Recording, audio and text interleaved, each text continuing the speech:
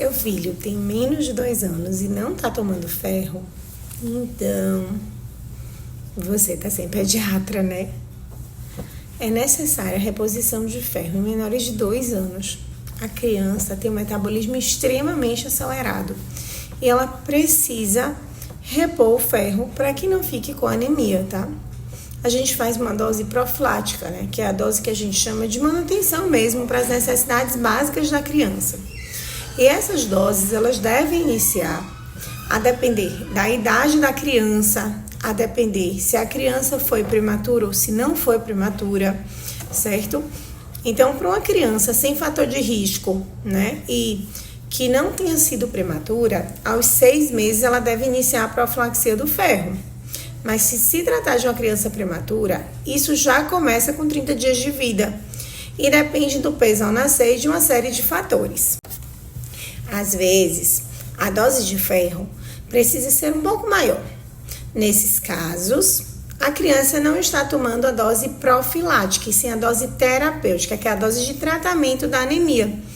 Ou já se tem uma anemia instalada, ou você tem uma queda do valor do ferro, sendo que o ferro é um substrato essencial para a formação das hemácias, ou mesmo você tem uma ferritina baixa, que é como se fosse aquele estoque que fica na despensa, sabe?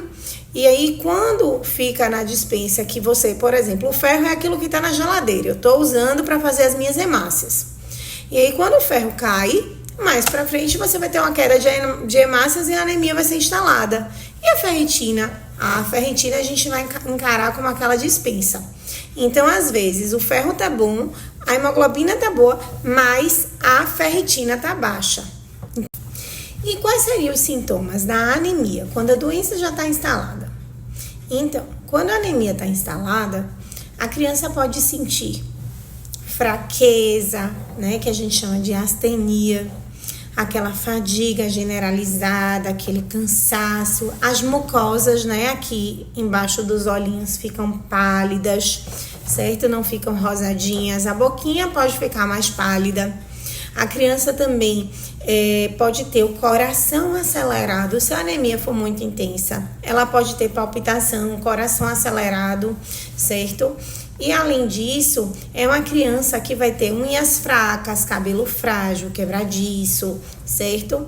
Então, tudo isso são sintomas e sinais de que a criança pode estar apresentando anemia. E é importante que seu filho seja acompanhado sempre pelo pediatra.